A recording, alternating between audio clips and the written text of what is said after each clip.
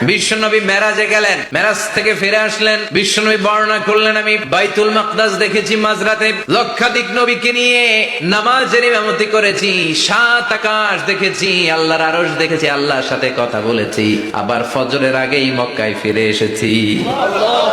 সবাইকে খাইছে মোহাম্মদের মাথা তার ছিঁড়ে গেছে, নাউজুবিল্লাহ পড়ে।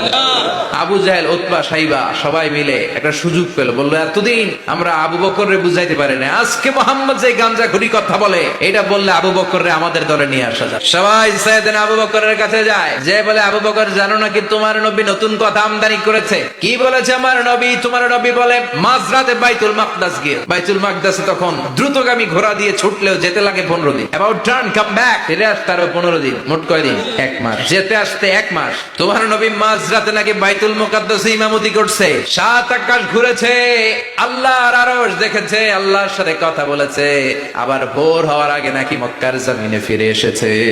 আবু বকর বললেন, আসলেই কি আমার নবী এই কথা কইছে? সবাই এক বাক্যে বলে, হ্যাঁ, তোমার নবী মুহাম্মদ এই কথা বলেছে। আবু বকর দ্ব্যর্থহীন কণ্ঠে ঘোষণা করে দিলেন, আমার নবী যদি এক কথা বলে থাকে, আমার নবী সত্য বলেছে, সত্য বলেছে, তিনি কখনো মিথ্যা বলতে পারে?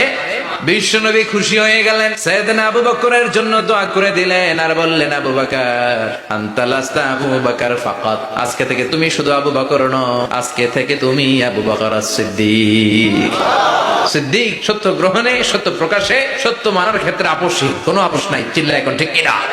সে আল্লাহ বললেন, ওয়াযকুর ফিল কিতাবি ইব্রাহিম ইন্নাহু কানা সিদ্দীকান নাবিয়্যা।